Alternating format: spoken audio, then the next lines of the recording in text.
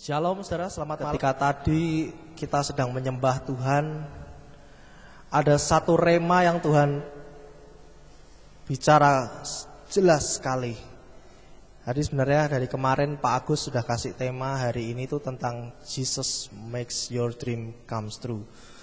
Tapi ketika tadi kita menyembah, Roh Kudus berkata, "Nak, sudah sekian lama kita sebagai anak-anak Tuhan selalu bergulat dengan Tuhan, selalu bergumul tentang impian dan impian, semua tentang kita.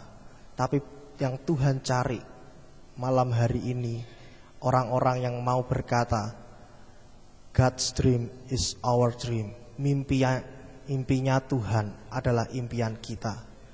Dan kalau impian Tuhan itu engkau jadikan impianmu, maka Tuhan akan buat impian kita menjadi nyata. Amin.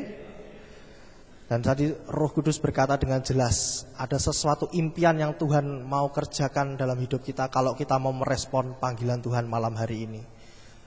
Kita sebentar lagi merayakan 17 Agustus, hari kemerdekaan.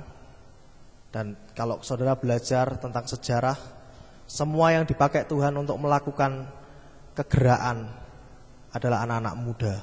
1928 Sumpah Pemuda, anak-anak muda dipakai Tuhan. 1945 hari kemerdekaan kita, Tuhan pakai Bung Karno, Bung Hatta. Siapa mereka? Anak-anak muda yang lulus dari Stovia Belanda. Lalu tahun 1965 ketika PKI digulingkan, PKI dibubarkan, Tuhan pakai anak-anak muda, mahasiswa. Dan tahun 1998 Tuhan pakai mahasiswa, anak-anak muda untuk membalikkan Indonesia masuk pada alam yang baru, alam reformasi. Dan tadi Roh Kudus dengan jelas berkata, kalau hari ini kita mau respon panggilan Tuhan, kalau hari ini kita mau letakkan setiap impian kita di bawah kaki Tuhan dan berkata, Tuhan, your dream is our dream. Mimpimu, impian Tuhan adalah mimpi kita. Maka Tuhan akan pakai anak-anak muda di tempat ini untuk menjadi the next generation, generasi yang selanjutnya untuk membawa perubahan, membawa dampak bagi Indonesia. Amin. Saudara, ini memang sedikit berbeda dari apa yang saya mau sampaikan sebelumnya, karena tadi jelas ketika kita menyembah bersama-sama di Roh Kudus berkata, God's dream is our dream. Mimpinya Tuhan menjadi impian kita. Nah, tetapi ada sesuatu yang membuat berbeda hari ini, yaitu apa? Ketika kita mulai melangkah masuk dalam impian Tuhan, bukan berarti lalu semuanya seperti mulus. Nah, nanti kita belajar malam hari ini bahwa kalau kita mulai masuk dalam impian Tuhan, artinya kita siap menjadi the dream teamnya Tuhan, tim impiannya Tuhan. Dan artinya juga kita siap masuk dalam cara-caranya Tuhan. Mari kita buka Yehezkiel 37.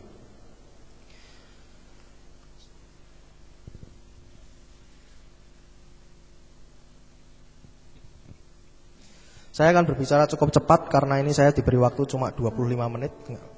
Pak Agus, jadi saya tidak akan bacakan semua. Yehezkiel 37 ayat 1 sampai dengan ayat yang ke-14. Saudara, saya akan ceritakan gambarannya seperti ini. Pada waktu itu Yehezkiel, dia mendapat satu penglihatan dari Tuhan. Dia dibawa ke sebuah lembah, dan di lembah itu dia lihat ada satu tumpuan besar tulang belulang manusia yang begitu kering, begitu berpasir. Dan ketika itu Tuhan berkata, anak manusia, bisakah tulang-tulang yang kering ini dibangkitkan?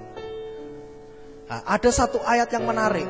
Ketika Tuhan tunjukkan bagaimana akhirnya tulang-tulang yang kering itu dibangkitkan oleh Tuhan, ada satu hal yang menarik. Nanti kita baca bahwa ini sebenarnya gambaran bangsa Indonesia hari ini. Ini gambaran dari anak-anak Tuhan. Kalau kita seringkali mengalami bagaimana kondisi kita kering, bagaimana kondisi kita mengalami kondisi-kondisi seperti di gurun. Nah, ini satu hal yang Roh Kudus bukakan. Mari kita baca di ayat yang ke-11. Saya bacakan untuk saudara, Yehezkiel 37 ayat 1 sampai ke-11. Firman-Nya kepadaku, hai anak manusia, tulang-tulang ini adalah seluruh kaum Israel. Sungguh mereka sendiri mengatakan, tulang-tulang kami sudah menjadi kering dan pengharapan kami sudah lenyap, kami sudah hilang. Saudara, menurut saudara, kalau sampai orang berkata, ya, pengharapan kami sudah lenyap, kami sudah kering, itu bukan satu kondisi yang biasa, ya. Itu bukan satu kondisi yang biasa, tapi itu satu kondisi yang benar-benar kalau orang bilang firman Tuhan berkata apa, ya, kalau hati yang patah semangat itu mengeringkan tulang, tetapi sukacita, hati yang gembira adalah obat. Tapi semangat yang patah mengeringkan tulang, artinya semangatnya habis. Semangatnya habis. Maka mereka berkata, kering. Kenapa? Kalau saudara baca di Alkitab, hari itu bangsa Israel, mereka mengalami yang namanya kembali masuk ke dalam pembuangan. Kalau saudara baca di Alkitab, bangsa Israel awalnya mereka adalah budak. Mereka dijajah di Mesir. Mereka biasa hidup dalam ketertindasan. Mereka diperbudak dengan sangat keras. Bahkan ditulis Firaun menyuruh bangsa Israel membuat batu bata tanpa disediakan jerami maupun bahan bakunya untuk buat batu bata. Tapi bangsa Israel ditindas sedemikian rupa sampai mereka berseru kepada Tuhan. Dan di hari mereka berseru kepada Tuhan, Tuhan buat perbedaan. Tuhan utus Musa, bebaskan bangsa Israel. Tuhan utus Yosua, membawa bangsa Israel masuk ke tanah Kanaan, tanah yang dijanjikan. Tuhan utus Daud, Salomo, membawa bangsa Israel menjadi bangsa yang jaya, kaya raya. Bahkan ditulis di Alkitab, di zaman Salomo, emas, perak seperti batu di jalan. Bahkan perak tidak ada harganya. Kenapa? Karena emas begitu melimpah. Orang tidur di jalan dengan jalannya dari emas. Alkitab mencatat emas seperti batu di jalan dari zaman Salomo. Tapi hari itu mereka kembali masuk ke dalam pembuangan. Zedekia, Raja Yehuda, ditangkap oleh Nebukadnezar. Yerusalem dikepung, kota temboknya dibelah, terjadi kelaparan yang luar biasa, dan mereka dibawa masuk kembali ke dalam pembuangan. Saudara bayangkan, kalau hari itu mereka orang yang tadinya mereka terjajah, terhina, mereka diangkat Tuhan menjadi orang yang kaya, tiba-tiba hari itu mereka harus kembali masuk ke dalam pembuangan lagi. Tadinya miskin jadi kaya, balik jadi miskin lagi. Kira-kira impian seperti apa yang masih mereka punya? Benar tidak saudara? Kalau orang yang sudah tadinya mereka miskin, ketika mereka kaya mungkin mereka berkata, aku mau beli ini, aku mau beli itu, aku mau sediakan ini untuk anak cucuku, aku mau sediakan rumah, aku mau sediakan tanah, aku mau sediakan lapangan pekerjaan untuk anak cucuku. Ini keturunan. Kalau orang bilang harta yang begitu kaya raya tidak habis 7 keturunan. Tapi kalau ditanya, kamu kok kenapa miskin? Karena saya keturunan yang ke-8. Jadi itu 7 turunan sudah habis, sekarang jadi turunan yang ke-8 habis hartanya saudara. Tapi perhatikan, saat itu bangsa Israel habis. Tidak ada lagi impian. Kalau hari-hari ini saudara lihat, banyak sekali di Indonesia ini orang-orang yang tadinya mereka miskin, tadinya mereka begitu bergulat dengan kemiskinan untuk bisa makan, untuk bisa mencukupkan kebutuhan apa sehari demi sehari, itu sudah satu anugerah. Lalu mereka mulai diangkat Tuhan, naik, mereka bekerja keras luar biasa, jadi orang diberkati. Tapi suatu ketika dihantam musibah, dihantam resesi. Mungkin saudara bertanya, aku sudah ikut Tuhan sungguh-sungguh, aku sudah ikut Tuhan melayani, aku sudah ikut Tuhan berserah kepada Tuhan, kenapa Tuhan izinkan ini terjadi? Saudara, beberapa hari yang lalu, pada waktu di rumah, saya ngobrol-ngobrol dengan papa saya di toko. Oleh anugerah Tuhan, pada waktu itu kami di toko, kami sedang bincang-bincang, karena saya dengan papa saya itu sedikit sekali waktu bisa ketemu karena kesibukan masing-masing gitu ya, untuk jadi punya usaha bisnis masing-masing, jadi sangat jarang bisa kami ketemu.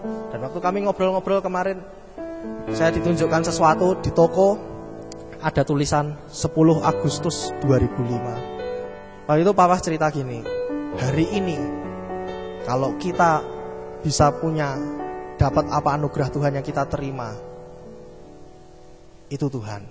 Tahun 2005 10 Agustus, ini bulan Agustus.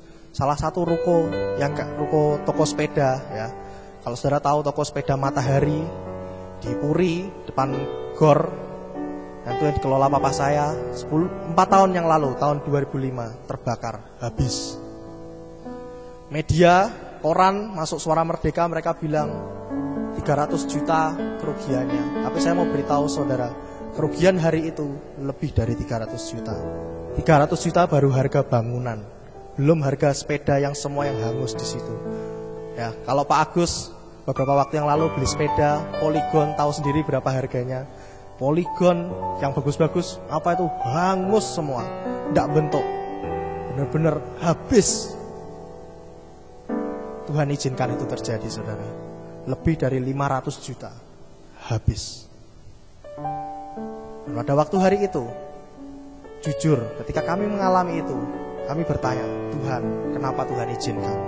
Tuhan, kenapa Engkau izinkan ini terjadi? Kami setia kembalikan perpuluhan. Kami setia dalam melayani Tuhan. Tapi hari ini, kita mau belajar bersama bahwa seringkali Tuhan buat satu cara yang luar biasa, satu perkara yang luar biasa untuk angkat kita tinggi-tinggi. Ada satu hamba Tuhan, dia berkata seperti ini. Kalau Tuhan mau angkat seseorang tinggi-tinggi, the first step, langkah pertama yang Tuhan buat, dia akan salibkan orang itu tanpa ampun. Dia akan salibkan without a pity, tanpa ampun dia salibkan. Karena dia tahu hanya melalui kematian daging, kematian karakter dunia, karakter dagingmu, engkau akan dibersihkan. Ketika engkau dibersihkan, karaktermu menjadi seperti karakter Kristus. Dan hari itu engkau akan diangkat Tuhan dalam kemuliaan. Mungkin saudara bertanya, kenapa Tuhan? Di Alkitab ada beberapa contoh kalau saudara baca. Lazarus. Alkitab mencatat dalam kitab Yohanes, Lazarus ini orang yang dikasihi Tuhan. Dan pada waktu itu orang-orang suruhan Lazarus, mereka berkata kepada Tuhan Yesus, Tuhan, orang yang Engkau kasihi sakit. Tapi kalau saudara baca di Alkitab dalam kitab Yohanes, Tuhan Yesus berkata, baiklah kita menunggu 2 hari. Dibiarkan dulu 2 hari sampai akhirnya Lazarus meninggal. Ayub, Alkitab mencatat Ayub sebagai orang yang hidup tidak bercela di hadapan Tuhan. Bahkan pada waktu Tuhan sendiri berkata di hadapan iblis, apakah engkau lihat hambaku Ayub, orang yang sedemikian hidup berkenan di hatiku. Tapi Tuhan izinkan Ayub dihabiskan dalam 1 hari hartanya, kekayaannya. Akan anak-anaknya 10 orang mati. Kalau mungkin 10 orang mati 1, itu namanya mengurangi pengeluaran, saudara. Tapi 10 orang dalam 1 hari habis. Hartanya, ternaknya, ontanya, kambing dombanya habis.